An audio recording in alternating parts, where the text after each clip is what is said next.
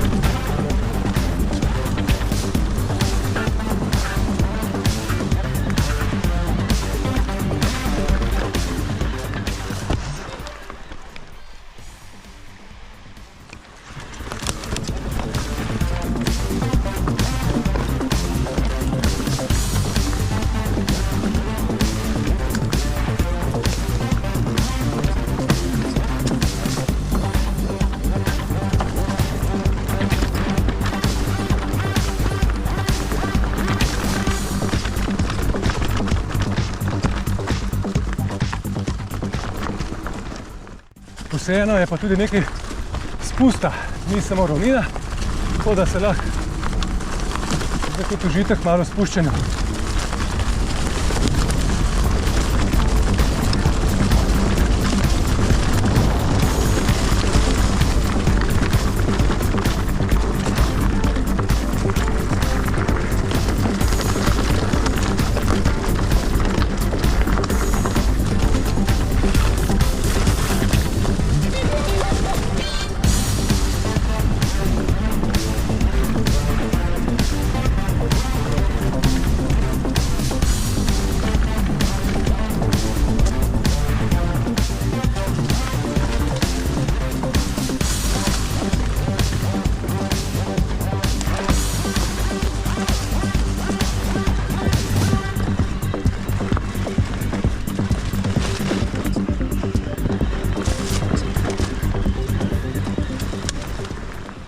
No, sem rekel, da bo tudi nekaj razgibanega terena.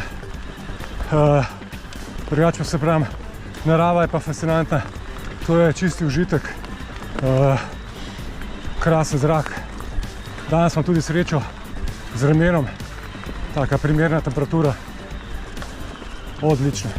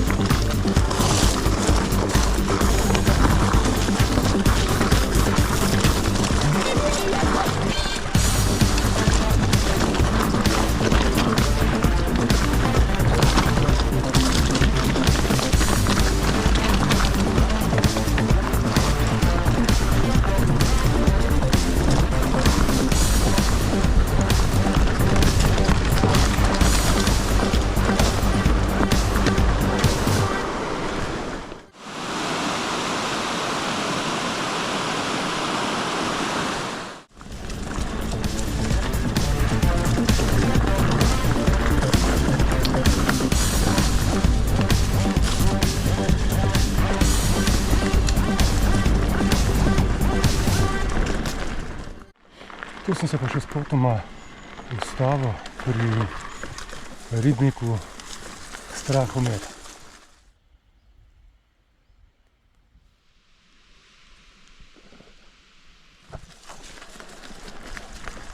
Krasen ribnik, divjina popolnoma, mir, za spočit dušo in telo.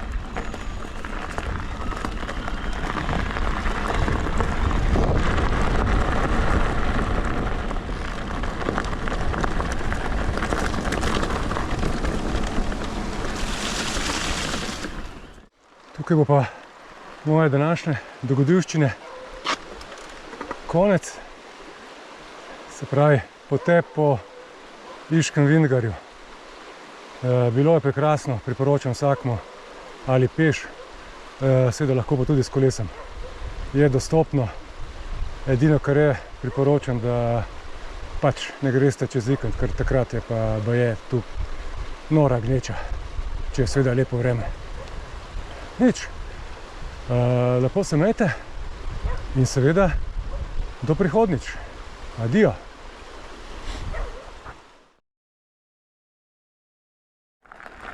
Tu bi vam pa želel samo pokazati parkomat sredi, tako rekoč, sredi gozda. In sicer na parkirišču, kjer je izhodiščna točka za pohodnike za na Krim.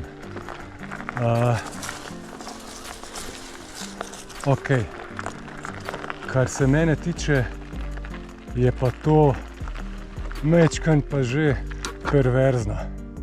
Da se tukaj postavi parkomat za tako veliko parkirišče, za to, da gre nek pohodnik na Krim, smešno, najmanj smešno. Razumem, da je parkomat tik pred dohodom v Iški Vintgar, da se s tem obvaruje naravo, da ne rinejo vsi tja in tako naprej. Ampak da se pa postavi tu sredi pol, sredi tako rekoč gozda, parkomat. Aj, kam smo prišli? Kam gre ta svet? Na mojih koncih, tam, kjer se jaz potepam, več ali manj veliko furam, glejte, tega ne boste našli. Pa upam, da ne še naslednjih 30 let, vsaj. Ok.